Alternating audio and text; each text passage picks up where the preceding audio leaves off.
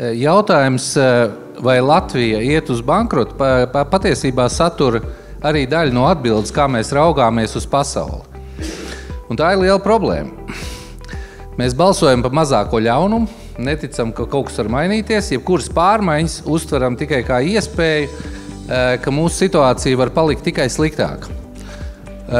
Un es domāju, ka tieši šis ticības trūkums un vēlme raudzīties uz šo situāciju, ko mēs varētu darīt, nevis kāpēc iestāsies bankrots, ir pats svarīgākā lieta, kas īstenībā nosaka, vai mēs nākotnē būsim veiksmīgi vai mēs nebūsim veiksmīgi.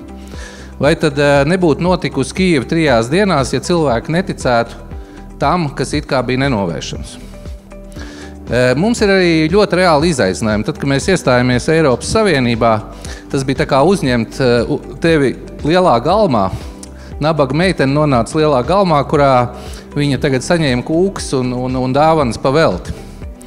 Un mēs esam pieraduši pie šīs situācijas, bet ir jāsaprot, ka tālāk ejot, mums nāksies vairāk rīkoties arī pašiem, un viena no lietām ir, ka jāapzinās, ka Eiropas Savienība šobrīd virzās tādas centralizētas ekonomikas virzienā. Tas nozīmē, ka mums tiek uzlikt ar vien lielāki ierobežojumi rīkoties ar savu naudu, saviem resursiem, mežiem, ūdeņiem un darboties.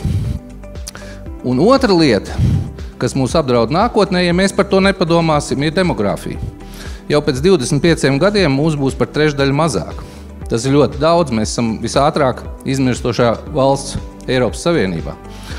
Un mums ir jādomā, kādā veidā ar mazāku cilvēku skaitu mēs varēsim uzturēt savu ekonomiku, un mums viņa jāveido atbilstoši. Es neesmu dzirdējis, ka šāds plāns vispār pastāv vai kāds par to domā.